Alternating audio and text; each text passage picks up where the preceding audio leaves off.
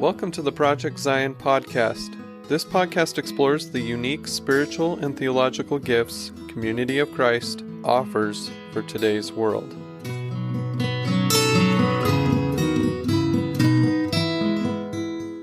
Welcome to Project Zion podcast. This is Cuppa Joe, where we explore restoration history, and I'm your host, Karin Peter. Today's episode is part of our series about women in Community of Christ history, where we've been telling the stories of women and how they shaped, led, offered ministry, and had profound impact in the history of Community of Christ. So our guest, as we've shared these stories, is Wendy Eaton. Wendy is a favorite here at Project Zion podcast, and we're so happy to have her visit with us again. Wendy works at the Joseph Smith Historic Site in Nauvoo, Illinois. So if any of you have traveled there, you probably have met her. And if you have not, but are planning to, when historic sites reopen after COVID, then you can look for Wendy in the Visitors Center. So let's see. She is also the administrative assistant to the Historic Sites Foundation and participates in all kinds of fun things with the church history department. So a lot of research, a lot of wonderful stories to uncover, which is what we're going to do today. So hi, Wendy. Hello, Karin. It's nice to be with you again. Thanks for joining us from Nauvoo, which I think is the perfect setting to talk about some of our church history stories that we've done. So in some of our previous episodes, when you have begun to tell the story of an historic woman in Community of Christ, you have shared that you really tried to find pieces to share from that individual, from that woman herself, from her perspective. And if not from her in her own words, then at least from the writings of other women. So I'm wondering, were you able to do that for this episode? It was a mixture this time because a number of these women were living a very different life than we would recognize today as where a woman's role is. And so there are not a lot of prominent voices writing about current events. However, there are quite a few of the letters from these women that are in church archives. And so I have their voices, even if they're talking to a husband or the president of the church, but they are sharing, even if they're not talking about themselves in particular. It was also interesting. There are quite a few resources from newspapers, not church publications, about a couple of these women. And so these are male voices from outside of the church who were interested in the Kirtland Temple, which these women were taking care of. And so that was a fun spin on this as well. As much as I like the woman's voice, it's nice to have these completely outside the church voices talking about the women's roles there. And I also have a little bit of a shout out to make. I'm so glad I reached out to Ron Romig, the former church archivist, and he's part of the Sacred Stories extended team. He really helped me out with a lot of the resources in this. I sent one simple email off to him, and the next morning, I think I had 30 emails from him in my inbox of all these different resources he had. So that was pretty wonderful. It saved me a lot of legwork. As much as I like doing that work on my own, really helped me out with this one. So thank you to Ron Romig. If you're listening to Project Zion, Ron, we give you a big heads up. Thank you. So you did mention, you gave us a clue what we're talking about today and what era, if you will, that we're talking about, because we're going to be talking about women from the Kirtland era of the church. And so, who are the women that we're talking about today? Okay, so the Kirtland era, we're looking at basically 1833-ish to right up about 1900. So this is a long span of time, but a couple of these areas I'm going to just very quickly highlight. So as I already mentioned, the women had very supportive roles to their spouses in this time, and what we might think of as very background roles. They were stuck at home with the kids kind of thing.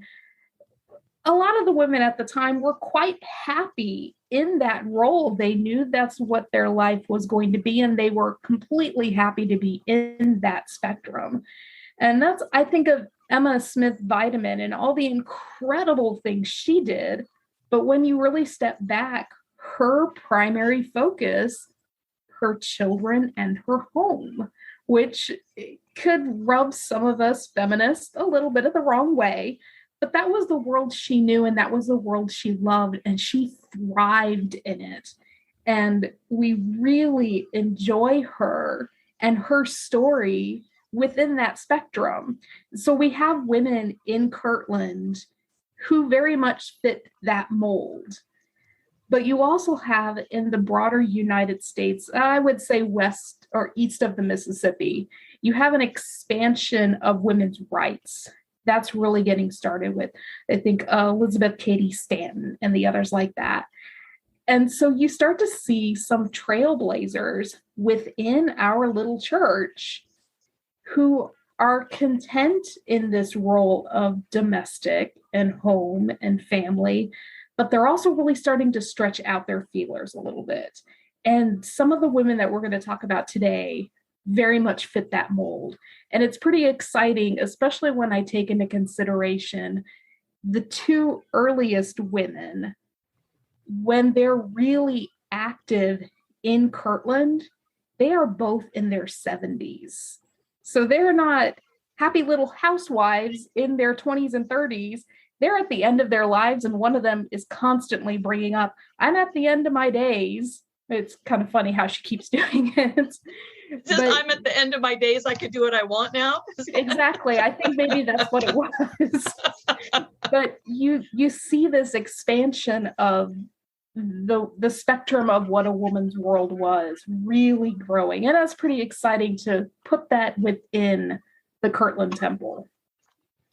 So backing up just a little bit to that very earliest era, along with Emma, those earliest women were taking care of the temple workers. They were clothing them. They were feeding them, in some cases housing them. We hear about how the women were given the task of sewing the enormous veils that once hung in the Kirtland Temple to be used as room partitions.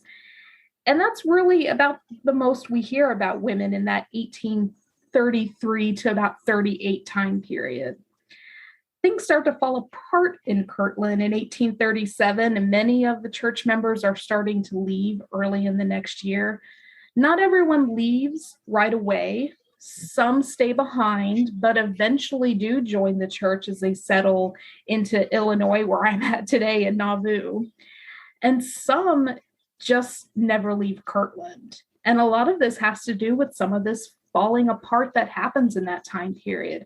There's one of the local newspapers that I found that puts it, these people who stayed behind loved the church, and they respected Joseph Smith and the ideas that had brought them into the church at first, but they didn't like it enough to follow him west.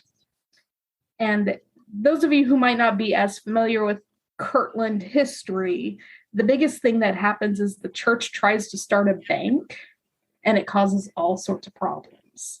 And this is what leads to the church leaders having to leave, but not all those leaders. Some of those leaders stuck behind. One in particular, Ira Bond, who was the president of the Deacons Quorum there in Kirtland, he stays. He doesn't go west with the church. You don't see any more activity with him, except that his wife, Charlotte, is supportive of the church in her later years.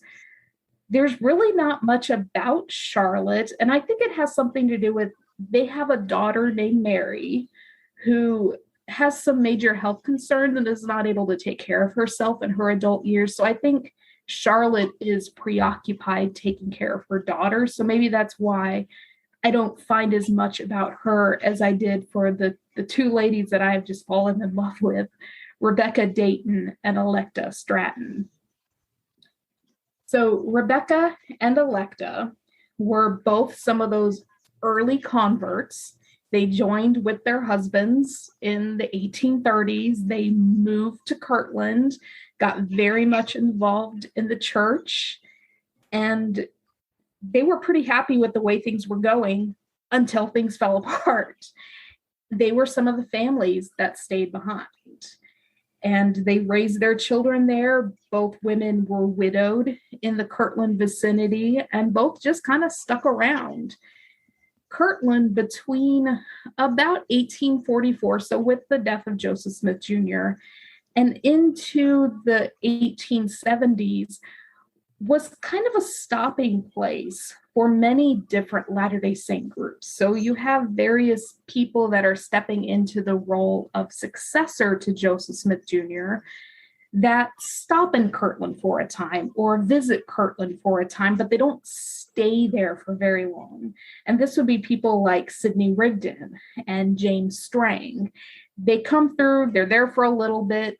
Rebecca Dayton, Electa Stratton, and others, they meet with these individuals. They let them into the temple, they worship with them, but they don't join any of them.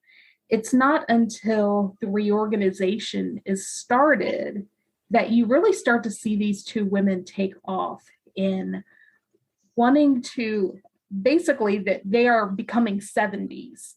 Women are not ordained at this point in time, but they are eager to share the church, and they really want a branch or a congregation established there in Kirtland where they live.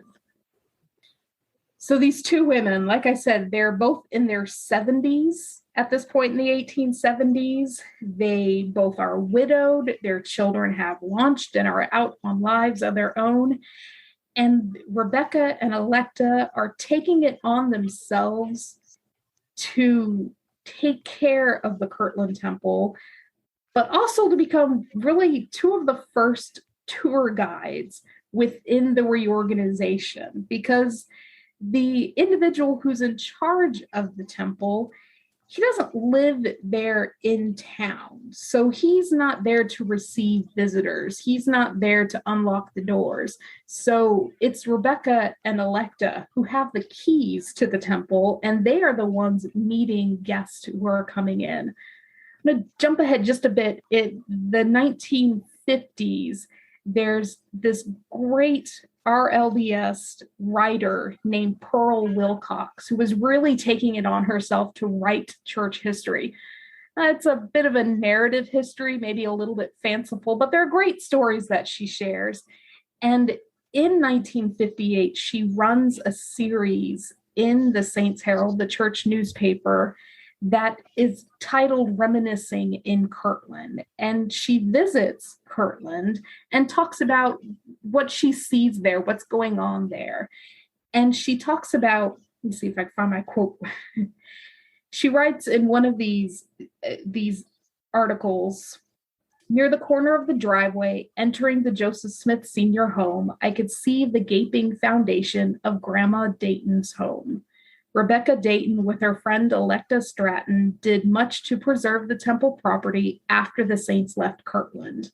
In the years before the reclaiming of the temple, they took possession of the keys and kept it locked from strangers.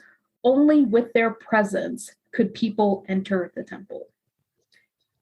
And so they are really taking this job very responsibly, very personally. They are the ones taking care of this building. And this is before the reorganization is really invested in Kirtland Temple. I don't want to get too much into the lawsuit that covers Kirtland Temple ownership and the legal successors of Joseph Smith Jr. Partly I find it dull, and partly I find it very confusing, but mostly because I don't want to take away from the lives of these two women. Because while all of that is starting to go on, these two are keeping things running on the ground. So I think that's pretty important. But one of the fun things with this description that Pearl gives about Grandma Rebecca's home, that Apostle Gomer Griffith, who I talk about a little bit later on, he also writes about Rebecca's home. And one of the fun things for me is Rebecca Dayton. If you've been to Kirtland, you know that just to the north is a cemetery. And Rebecca Dayton lives in the cemetery. Not in the active part when she's living there. She's in what today we recognize as the newer part of the cemetery. But it's interesting that she does live so close to the temple.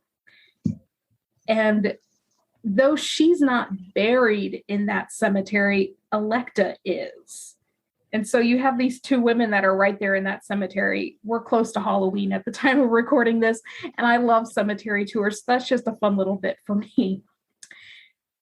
But so for these two, while they're living, they're like I said, they're taking on the work to take care of Kirtland, to share the building with the many visitors that are starting to come through at this time. So that guy who I talked about who's in charge of the temple, his name is Joseph McDowell. He's officially in charge. And he's not there very often, but he and Rebecca kind of butt heads a little bit about how the temple is being taken care of. And the great thing about this is Rebecca goes straight to President Joseph Smith III and writes to him all her grievances. And so you get this great series of letters where she's talking about the things that are happening, tourists that are coming through, what she's telling them, what she's giving them, and the things that she doesn't think Elder McDowell is doing so great. So it's a fun little mixture of information coming from Rebecca. One of these letters, she's starting to drop hints that we really need a good elder in town to establish a congregation because, there are a lot of people that would be very interested. The people that are coming through the take tours, they're very interested to hear about us. We could really do with an elder here. And that's just kind of reemphasizing, again, women don't hold the priesthood yet at this point. They're living in a world that a man needs to come in and take charge of this. But for the time being, she's perfectly happy to keep going as much as she can with this 70s type role that she's living here. One of these tourist encounters that she writes about, it's a letter from 1877. She writes to Joseph III that she's given tours to 13 people on that particular day. And I feel like this is kind of a lot for this time period. The American tourism, from what I remember, is not really taking off just yet at this time, but 13 people come through to take a tour. And at the end of the tour, she's selling church publications, missionary tracts, Bibles, other books, things like that, which makes me happy that we're still doing that kind of thing at the historic sites. So it seems like it's okay that we're running gift shops at the historic sites because Rebecca was doing it way back when. Way back at the Kirtland Temple. Come on. But she talks in particular about a Cleveland businessman who, as she's wrapping up the tour and answering some questions, he's reading one of these missionary tracts and he just says, how does she put it? Why, that ain't the Mormon doctrine. So you have these people coming in with these expectations, which still happens today, about who they are. And Rebecca turns around and starts going right into doctrine about the reorganization and who they are and how they differ. And by the end of her talk, the guy buys 3 more of these tracts so he can hang them up in his office and share them with people. So it's a remarkable little bit of information. Again, she seems like a bit of a 70 to me. She does. She does. In another letter, she says she talked with them, the tourists, concerning our doctrines, all I could while I was there.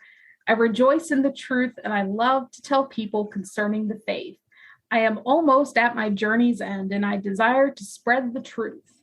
I feel firm, and my pathways grow brighter and brighter. I long to see the saints rise in the strength of God of heaven and roll on the glorious work of the last days.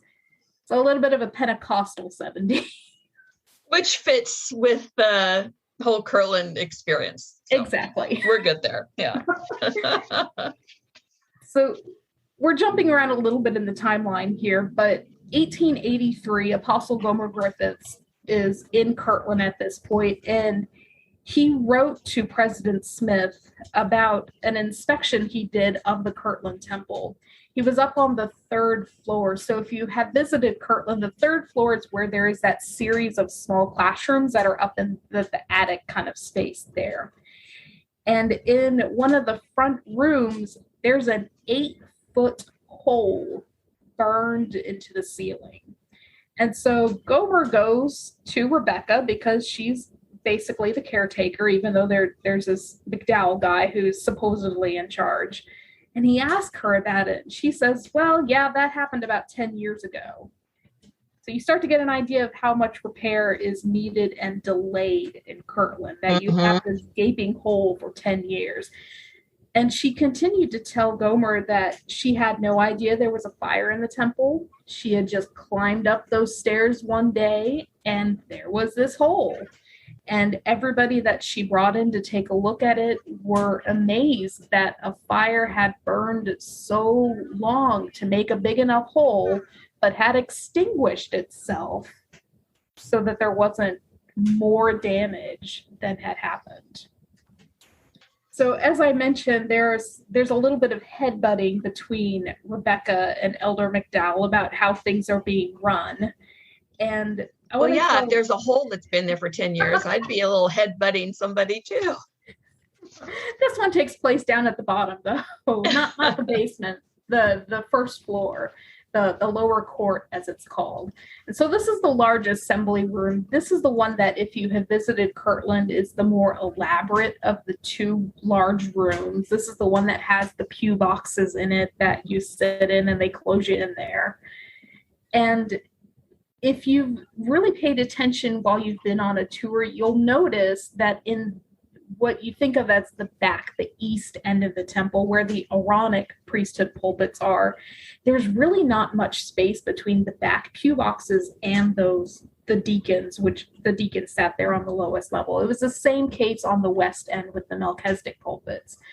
Well, Elder McDowell didn't really like this. He thought it wasn't very conducive to running meetings and worship services, so he took out the part of the elder's pulpit that had the drop leaf table, which was the communion or the sacrament table. He took them out and he stuck them down in the basement. Rebecca did not like this. And in one of her letters that she's writing to Joseph, she's talking about all the different things that she has planned coming up for the temple, groups that are wanting to rent the space. And, there are some windows that need to be replaced. And, there's a temperance society that really wants to rent the temple and use the space. They love the building, but there's some repairs that need to be done. And by the way, the pulpits need to be fixed. Brother McDowell took them away, and they really need to be put back in place. And so Joseph, to this long letter about all these different little things, writes back, okay, Rebecca, go ahead, get them fixed. So she hires a carpenter and gets all these things fixed that she wants fixed. She's a conservationist after my own heart, getting things done that she thought needed to be done. That problem of space doesn't go away. So when you visit Kirtland today, you will notice that there is quite a bit of space between the front pew boxes and the Melchizedek pulpits. And that's because some of the pew boxes were taken out so that there's a little space to move around in there. So I don't know if Rebecca would like that too much, but I can say from the side of giving tours, it makes things a little easier. So maybe they both had some right about them in their arguments of how to take care of the building. But one of the other things that they did butt heads against was money. And so, as I mentioned, Rebecca's selling missionary tracts and things like that. And most of the money, if not all of it, she's sending to the bishop. There's an account in 1880, one of the bishop reports early in the year, that Rebecca has sent $4.12 to the bishop, and it was from people who had come to visit Kirtland and gave it to her for the upkeep of the building. So she turns around and she sends the whole thing to the bishop. Well, McDowell kind of thought, I'm in charge here. I really should get a cut of this money because I need some funds to take care of myself. And they just don't agree on this matter of money. Mm-hmm. And not too long after these two incidences, Elder McDowell takes the keys from Rebecca and gives them to Electa. And Rebecca's not too happy about this. And as she is good at doing, she lets President Smith know that she's not too happy about this, but she doesn't seem to fight it too hard. She steps back and Electa steps in and is really the go-getter for a few years. Electa's a little bit of a different personality than Rebecca is. Rebecca's really out there and meeting the people and doing lots of things and trying to put the elders in their place. Electa's a little more, I think, of a quieter personality, even though I don't have a lot of emails. How stuck am I in the modern era? A lot of letters about Electa. And in fact, most of the information I have from her are from newspaper writers who come to visit Kirtland to hear about who this church is and what are they doing here in Northeast Ohio and why are they repairing this great big old church. And so you get a little bit of a different feel with Electa. Now, like Rebecca, she had been a resident of Kirtland since the 1830s and again stayed behind after the main body went west. And she's taking care of the temple. She doesn't live directly close to the temple, but she's in the community like Rebecca was. One of the newspaper men who comes is from a local newspaper, last name Johnson. He sought her out for an interview, which she happily gave, and she includes in her tour, which I love this little tidbit, she includes in her tour of the temple a photograph of President Joseph Smith. She calls him a dear old man, and he's sending funds to fix up the temple, and he's sending elders to reestablish the worship space. So she's got a similar mindset as Rebecca does. Fix up this building, get a congregation or a branch reestablished here. Mm-hmm. In 1882 newspaper, this one's from Chicago, so we're at a little bit more of a distance than a local paper. He comes to take a tour with Electa, and in this article, there's a lot of information about the building itself. This is one of the earlier writings I've seen explaining the letters on the pulpits and what they mean. And then they go into some description about what the building looks like and what the beliefs are of the church at the time. So there's a lot of great little tidbits of information in this article. This is Chicago. This is This is a much greater distance. Yeah. And so Electa in this is describing those veils that I mentioned, and she tells the newspaper man how elaborate and highly decorative they were, which is interesting because I always thought they were very simple.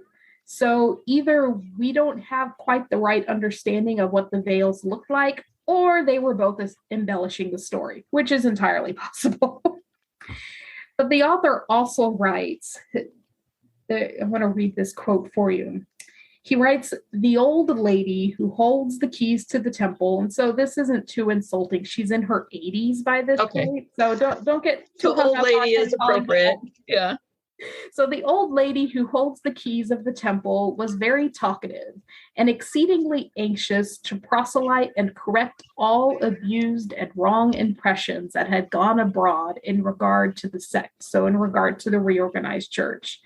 The two spoke of scripture, Brigham Young, James Strang, and succession. They talked about plural marriage.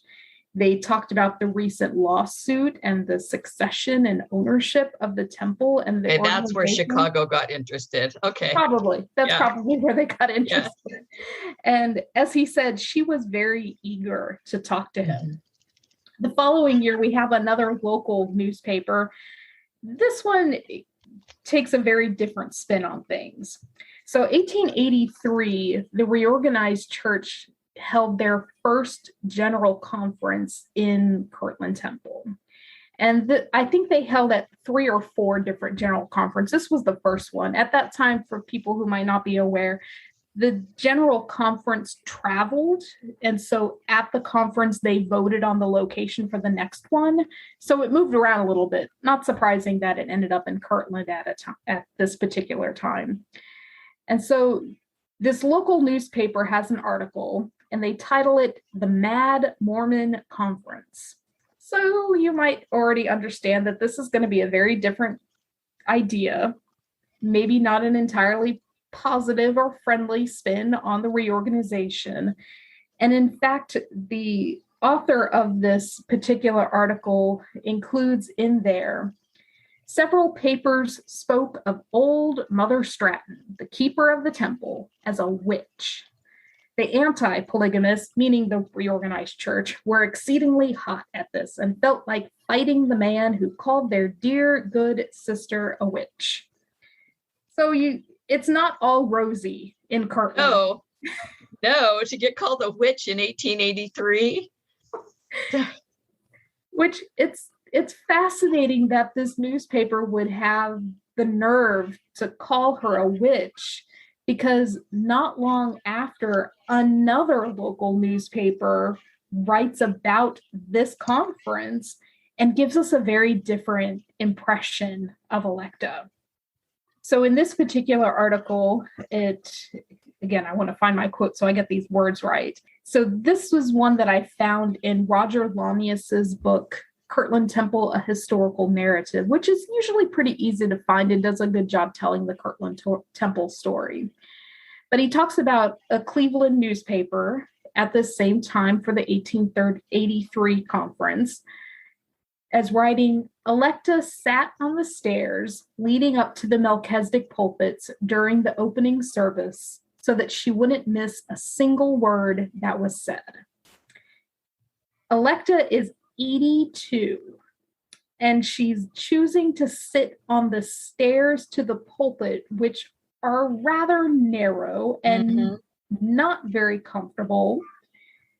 But she was so excited that this dream that both she and Rebecca had been working towards had been realized. Here was Joseph Smith III preaching from the pulpits in the Kirtland Temple with the church body gathered here for a conference. Also, maybe the cushions weren't on the pew boxes, so that would kind of put the comfort at about the same level between stairs and pew boxes, and be about the same. So it's a fascinating story with Electa. Things quiet down about her activities in Kirtland Temple. At least I haven't found too much else after that. She dies in 1891, so about a little less than 10 years after this conference. And as I mentioned, is buried right there next to the temple that she loved so much. So after this era with Electa and Rebecca, we see a shift in a lot more male involvement in Kirtland.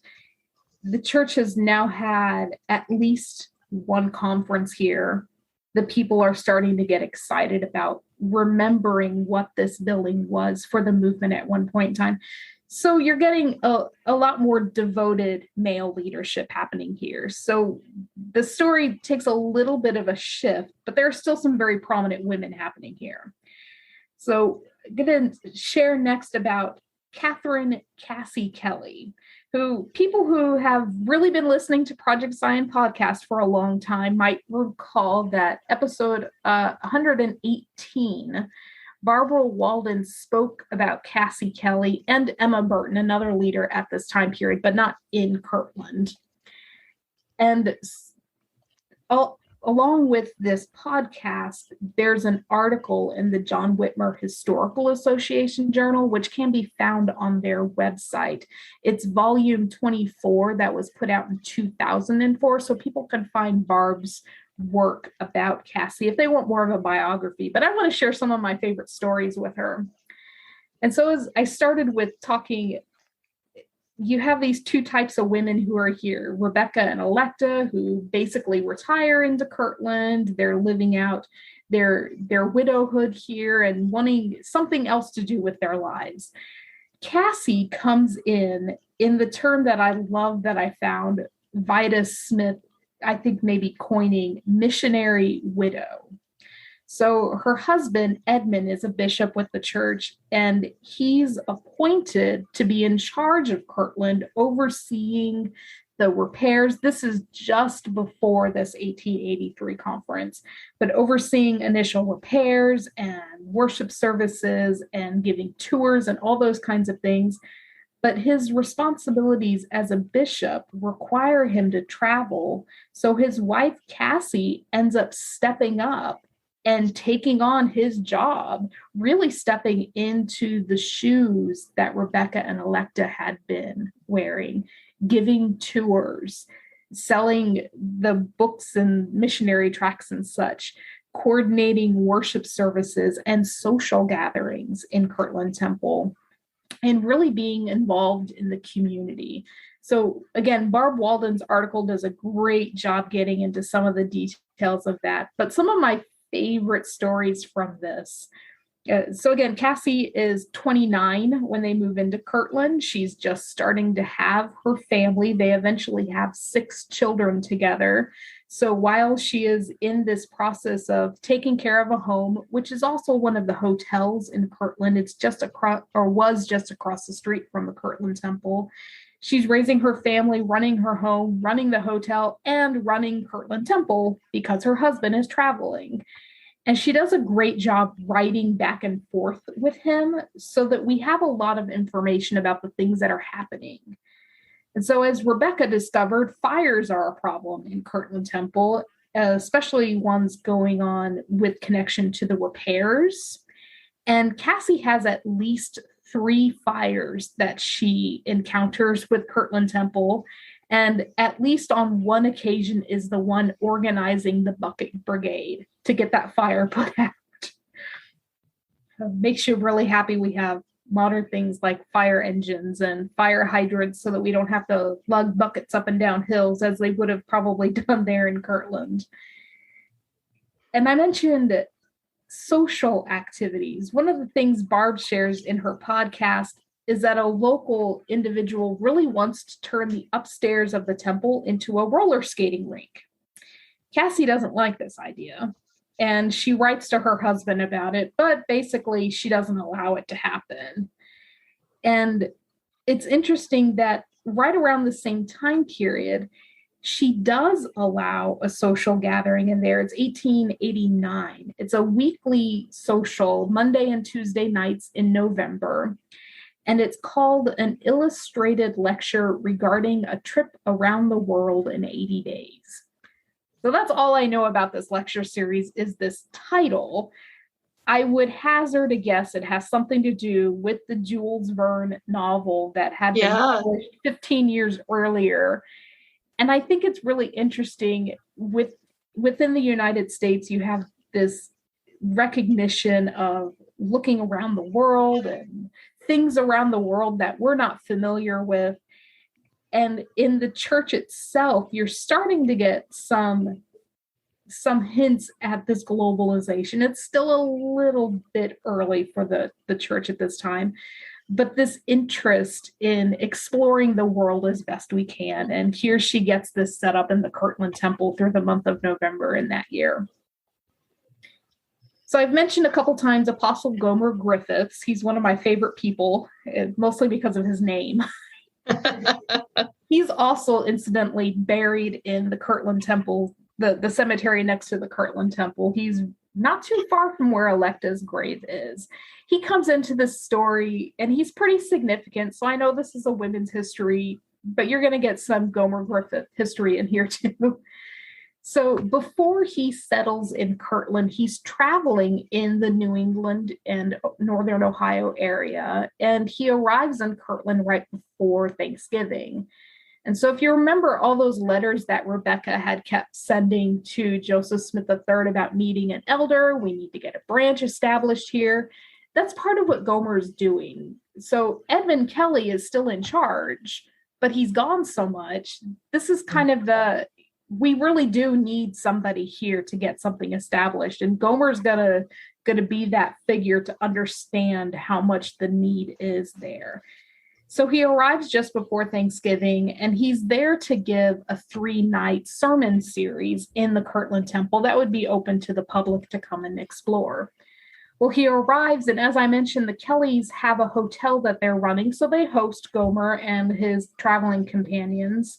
And she and her sister-in-law, Ellen, who is also a missionary elder, her husband, William, was traveling just as much as his brother, Edmund, though I don't know as much about Ellen's life as I do Cassie. But the two of them prepare a Thanksgiving dinner for a party of about 21 people. And I don't know if that includes their children or not, or if that's just the adults who are there. And then, as I mentioned, the 3-night preaching series takes place starting the next evening. And I like this story because even though I'm not aware of a direct connection, this is something that still happens in Kirtland to this day. Well, sort of. We're in a pandemic. They're probably not doing it right now. But the Kirtland congregation for many, many years has been sponsoring a community Thanksgiving dinner.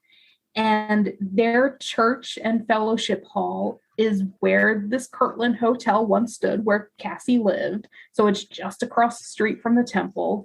And hundreds of people from the community come to the congregation for this great big Thanksgiving dinner. And right around the same time period, for probably about as many years, has been a community Thanksgiving worship service in the temple. That the couple years that I was there in Kirtland for this, the high school choir would prepare music for and would come and sit in the corner choir loft pew boxes there in the lower court. And a lot of local individuals. It was the tradition for a long time that the newest ordained minister or pastor in town was the one who gave the sermons. So that was kind of your welcome to Kirtland. Here's a historic building for you to give a sermon in. And like the police commissioner and the chief of the fire department, all these different community individuals would come in and join in this Thanksgiving service. And I think it's incredible that, like I said, even though I don't know of a direct connection, something that Cassie and her sister-in-law were doing in 1880s is kind of still going on today. And it's really neat to see those connections spanning across the eras. So eventually, Gomer does move into Kirtland, and he would establish a pretty good-sized congregation, but it would still take some time. The problem is within the reorganization, this is about 1890 time period, Lamoni is the hot place to move to. And not too long after this, Independence is the place where everybody wants to gather to. So as much as the church loves Kirtland, it's not their focus just yet. They're not really looking too much at it as a gathering place. Eventually, they would get quite a large congregation there, and I think it still is a pretty good size group that meets there. Gomer, as I said, he's moved in 1891. He brings along his wife, Hattie, who comes into our next individuals that I have just a little bit of information on, that if I have the time ever to dig into some of the detailed archives that are probably branch records at this point, I wonder if Hattie would be able to tell us more stories. Because when the congregation is officially organized in 1886, she is the branch secretary. I don't know if this is very unusual for this time period. It seemed unusual to me when I first saw that. I don't know how many women were stepping into that kind of leadership role in a congregation. In a church officer role. Yeah. It could simply be a matter of they were a tiny branch at that time, and she had the skills necessary to serve in that function, so nobody batted an eye at her doing it. But it'd be interesting one of these days to maybe try to figure this out. But there's this great little story that Gomer tells about Hattie when he writes his memoirs. And it's all about when they're moving into Kirtland. They're looking for a house, and Gomer's got this grand plan that the temple block, the neighborhood directly around the Kirtland, the church really needs to get a hold of some of that property. So we could kind of make this really nice formal kind of space around the temple itself. So they're looking specifically for a home right by the temple, and they find such a place and they put the money down to buy it. But then they find out, with all these wonderful, complicated property stuff that I really don't comprehend, but they find out that there's an individual in the community that has claim on the mortgage of this particular house. And they hear that this man does not like the reorganization. He does not like that the Mormons are coming back into our community. But Hattie tells Gomer, just go talk to the guy. Explain to him what we're doing. Explain to him why it's important that we take this house. And he's nervous, he writes, but he does as his wife counsels and goes and talks to this guy. Come to find out, the guy is enthusiastic about the building up and caring of the Kirtland Temple. And he is more than happy to give the Griffiths as much time as they need to pay off that mortgage. And eventually the mortgage is paid off. The Griffiths formally own this property. And when they're ready to leave that home, they deed it to the church and it becomes part of the broader Kirtland Temple property. All thanks to Hattie. All thanks to Hattie stepping in and telling her husband, just go do this. Even if you're nervous. To him. Okay. There's another similar story that it's a church member named Martha Brockway. And this is the only thing that I know about Martha Brockway. This is another one of those things. If I ever get into Hattie's minutes, maybe I'll find out more. But Martha Brockway is a church member in the area, and she doesn't live directly near the Kirtland Temple, but she's in the vicinity. She's taking care of an older woman who does live right by the temple. And she takes such great care of this woman that when the older woman dies, she deeds her property to Martha. And Martha communicates with the church at Gomer saying, look, I'm more than happy to deed this property over to you. I have a stipulation, though. You'll give me somewhere to live when I'm in my old age.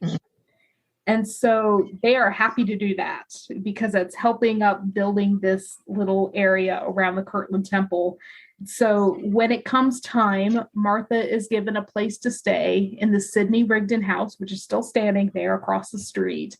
And that home that she had helped this older woman in becomes a part of the Kirtland property today. So it's really interesting. It's kind of a strange story when you think about it, but I think it's pretty significant that this little thing, this maybe just an act of compassion, maybe Martha was working for the woman, I don't know, but in taking care of her, she helps in the long-term development of what Kirtland has become to this day. So it's a little story, but a lot of fun. And again, maybe one of these days I'll be able to find more about it. So there are others like this, that other women who I just have very bare mentions of that I have a feeling did quite a bit, but it's going to take a lot more work. And that's part of the fun of this job. It's just digging up some of those stories that have been hidden for so many years. I don't want anybody to get me wrong. The men who are in Kirtland and working in Kirtland are incredibly important. And there are a lot of them that have some great stories behind them. But I am so glad I've had a chance to not only shine the light on some of these women, but find out for myself more about them than I knew beforehand. Absolutely. I really don't think the historic site there would be what it is today if it hadn't been, especially when I think about how much Rebecca Dayton did there in the community in the 1870s, just kind of on her own whim because she had her own passion. Feisty. Yeah. Feisty, strong woman doing what she was passionate about. Well, and it's wonderful. We are recording this right before Halloween, which makes it also right before All Saints Day, which is when we remember the saints of our tradition. And sometimes we only think of those big names. Of course, in the reorganization, it's going to be Smith names, or it's going to be names that were important in Lamoni and Independence. But here we have the names of women who are in our kind of All Saints tradition that preserved something that has become not just an important historic site, but it's where the spiritual formation facility is. There's lots of other aspects to what's happening at Kirtland and the Kirtland property. So between Charlotte and Rebecca and Electa and Cassie and Ellen and Hattie and Martha, I mean, all of these women who we don't normally speak their names. It's the appropriate time to talk about them. Yeah. With having it be at the time of remembrance and All Saints.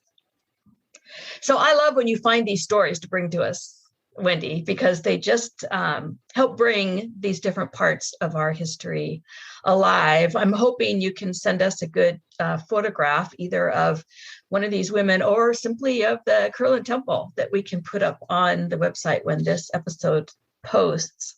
But before we close, any last comments, stories, anything that you'd like to share about the women of this era of our history? Yeah, these stories only really take us up to 1900s. There is 121 years of history that I did not get into, of women tending the gardens. I think of Glenna Van Buskirk, who's one of my favorite people ever, she's one of those feisty older ladies who's really dedicated to volunteering with the historic sites and how much work she's done over the years. And I think of Barbara Walden. She might not be happy that I'm bringing her up, but she was a director of Kirtland Temple. She's one that really helped bring me into this world of not only church history, but women's history within the church. There's 121 years of history of women's stories that have not been talked about. And I really hope that efforts will be made in the future to continue to keep track of all these women, because really the only ones that I can think of are the women that I've encountered in the last 15 years. So that still leaves a good 100 years of history of women's stories that could easily be shared about Kirtland Temple. So hopefully this is just the start of these stories being shared. Hopefully more work will be done in the years to come to unearth and discover some of these gems of history that I've had so much fun uncovering. Well, and to go back to where you began as we started this episode, Wendy, and talking about how our impression of women of this era is just women, the partners of the important men who were just in the background raising kids. But in reality, they were building stewards. They were feisty protectors of history. They were putting out fires, literally and figuratively, in what happened in the life of the church in Kirtland, and advocating for a continued church presence there. Yeah. So, absolutely wonderful. It's a powerful place. If our listeners have not been to Kirtland, once we're able to open back up, I would encourage them to go and find a way to spend more than just a tour there. Because it truly is one of the more remarkable places of our church heritage. And kind of feels like I'm playing favoritism. I live in Nauvoo. Nauvoo's great. It's got some wonderful stories, but Kirtland will always have a very special place in my heart, simply because of the power of place. I've never felt it anywhere like I have with Kirtland Temple. So you're continuing on in the legacy of hospitality and invitation to the Kirtland area. Good for you. Now stop in Nauvoo on your way to Kirtland. But go to Kirtland. Do the whole tour. All right. Well, with that invitation to explore the Kirtland site, I want to thank you again for joining us. And I look forward to our next installment of this Cuppa Joe series, Women in Community of Christ History. And if you have any questions for Wendy, or perhaps suggestions of stories of women from the history of Community of Christ, you can reach her at Eaton, WEATON, at seaofchrist.org, or you can find her on the Historic Sites Foundation website. If you scroll all the way down to the bottom, I think is where the contact us is. In the meantime, this is Cuppa Joe, part of Project Zion Podcast. This is Karin Peter. I've been here with Wendy Eaton. Thanks so much for listening.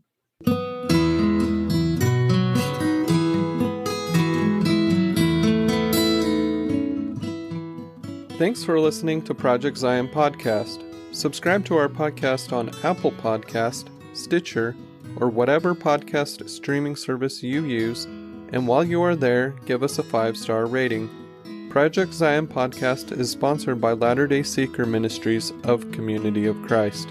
The views and opinions expressed in this episode are of those speaking and do not necessarily reflect the official policy or position of Latter-day Seeker Ministries or Community of Christ.